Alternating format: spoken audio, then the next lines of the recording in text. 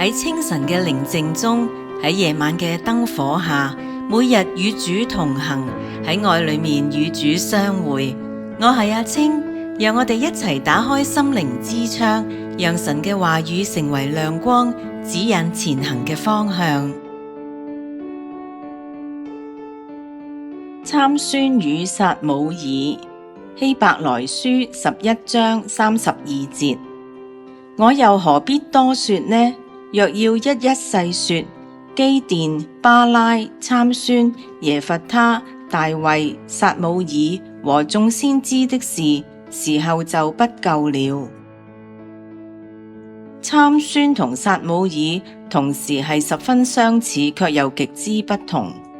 佢兩個都係士師，由神膏立以帶領以色列人。佢哋都立誓作拿細耳人，兩個人都同非利士人爭戰。佢哋都名在希伯來書第11章，亦即係神所定嘅名人榜。參孫體力過人，品性衝動，世俗、好色、縱慾。佢為求報復，唔單止求神消滅非利士人，連自己嘅性命亦都賠上咗。撒母耳卻恰好相反，佢有無比嘅屬靈耐力，樂於讓神嚟替佢出頭。佢無論宣講神嘅道同禱告，均甚具力量，並引領以色列人從敬拜死嘅偶像返去敬拜活嘅真神。參孫所持嘅係神所賜俾佢嘅大力，撒母耳所信賴嘅則係於神可以透過佢所成就嘅大事。從外表上睇，參孫充滿魅力，非常受歡迎。佢充滿活力、自信，並勇於為神做大事。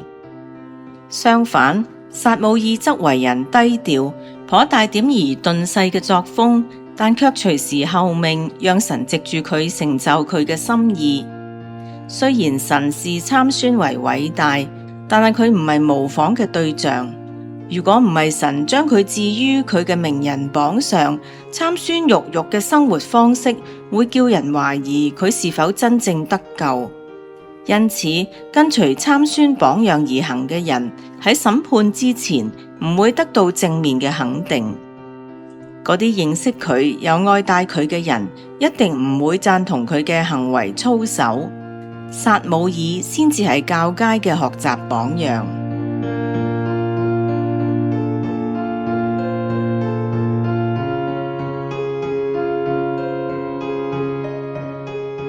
反思問題：當今世俗觀念崇尚自主、自信、率性而為，神賜予我哋各樣唔同嘅恩賜，我哋喺使用恩賜為主工作時，係唔係隨自己嘅意思呢？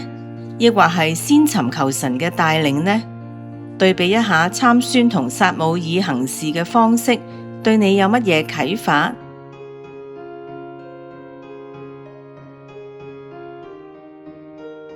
多謝收聽和諧頻道製作，每日與主同行。材料改編幽谷曙光。好開心能夠同你分享上帝嘅話語，一齊研讀聖經，靈命成長。